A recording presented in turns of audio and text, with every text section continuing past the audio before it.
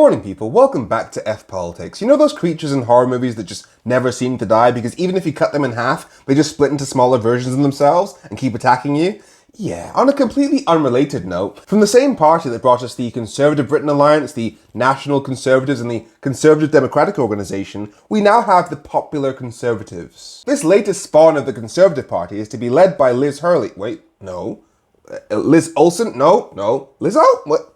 Damn it! I seem to be physically incapable of saying our ex-unelected 44-day Prime Minister who lost to a lettuce because she crashed the economy by trying to give billionaires tax breaks is now the head of an organisation that has the word popular in the title. Oh wait, there you go. Now before the launch, Jacob Rees-Mogg explained that by popular, what they really mean is populist, a term which admittedly has a bunch of different definitions, but Collins Dictionary defines it as appealing to the interests or prejudices of ordinary people. He argues that any sensible democratic politician would want to be popular and espouse popular policies. But the problem with that is, as I'll be explaining in my COVID inquiry analysis, populism kills. For example, a doctor's job isn't to tell patients what the doctor thinks the patient wants to hear, and the same goes for lawyers, and politicians are our lawmakers. They're literally our full-time legal representatives. Yes, we know what we need, and they work for us, and it's their job to give us what we need, but it's also their job to know how to get us what we need, because it's their full-time job, and they have access to information that we don't. Our leaders are supposed to lead us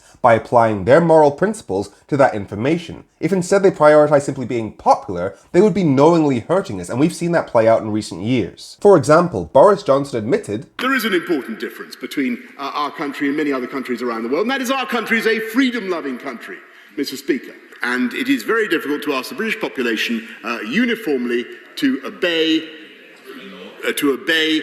guidelines in the way that it is necessary." Because of Brexit, Boris Johnson had been selling this idea of freedom for years. He couldn't then turn around and lock people up. But the Parliament's inquiry found that late lockdown was one of the worst public health failures in UK history, costing upwards of 20,000 deaths. Again, populism kills. And when it came to Brexit, Boris Johnson wrote 2 articles, one for Leave and one for Remain, and he chose to campaign for Leave because he knew it would make him more popular. This is somebody who in 2011 argued that the EU single market had brought the UK economic success, and in 2013 said, "I'd vote to stay in the single market. I'm in favour of the single market. I want us to be able to trade freely with our European friends." The one thing that Boris Johnson and I have in common is that we both worked in Brussels for years alongside the EU institutions. So he knew exactly the kind of damage that Brexit would do to people, and most importantly, he knew that most people didn't have that knowledge. So he chose what he thought would be popular with an uninformed public, and as a result of that decision, Brexit has damaged our NHS and economy during a pandemic and a poverty crisis. Again, populism kills. Whether it's Brexit, COVID, or pretty much any area of politics, it's the job of politicians to use the expertise that's available to them via their jobs to explain to people why certain decisions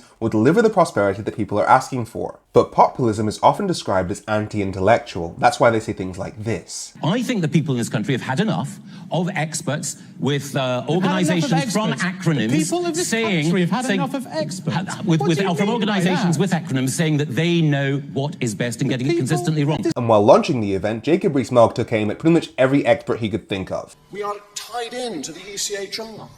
Many of you will be concerned about the power grab by the WTO. And that's before WHO, not WTO. And the left don't just compete with us at the ballot box now. They also work to take over our institutions.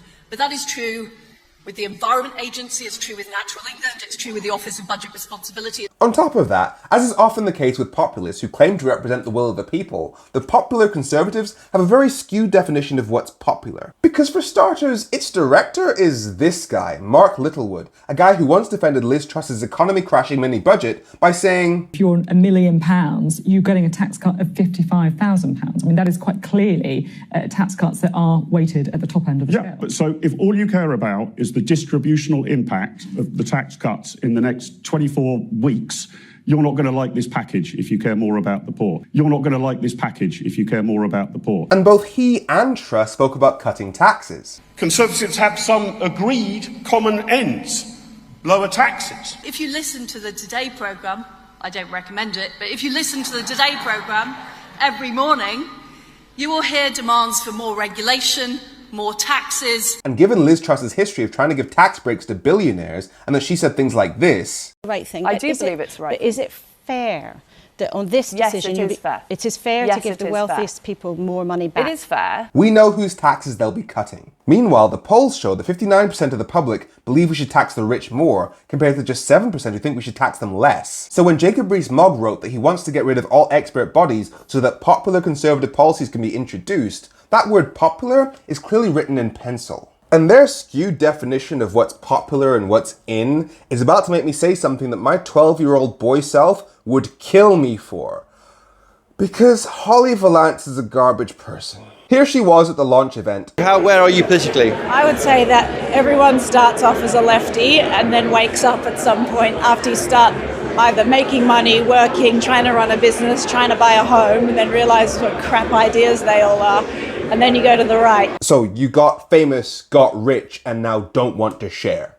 Shocking. And the thing is, while she was introducing this new popular conservative thing, she spoke about, we need to restore faith in democracy, and we can only do that by restoring democratic accountability. But do you know why that's a complete lie? Because there's not one word in that entire hour-long conference, and yes, I sat through it all, about making everybody's votes count equally, giving real power to the people. Jacob Rees-Mogg even spoke about wanting the government to be able to control both the parliament and the courts. We have never had a separation of powers, and until Tony Blair changed it, everything was in Parliament. What was the official title of Parliament? The High Court of Parliament.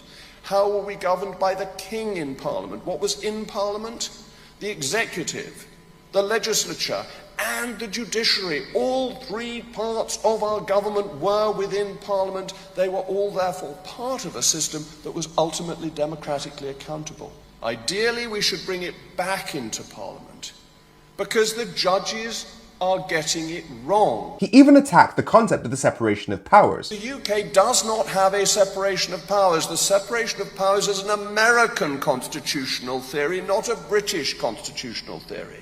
But the separation of powers principle is there because you shouldn't have one body in charge of everything. Because as they say, power corrupts, but absolute power corrupts absolutely. And if they don't change the voting system to one where everybody's vote counts equally, that'll mean that a party that only a minority of people voted for, i.e. a majority of people voted against, will be able to control the parliament, the government, and the courts. There will be no accountability at all to the majority of the people. He wants power for the politicians. If they wanted to give real power to the people, they would end this two-party first past the post voting system and give people real choice. And the majority of the country wants to switch to a proportional voting system where everybody's vote counts equally. But they won't do that because according to Conservative Lord Peter Cruddas, and they will introduce proportional representation, making it almost impossible for the Conservatives to win an outright majority in the future. So this popular democratic organisation doesn't want a popular democratic system. They just want power.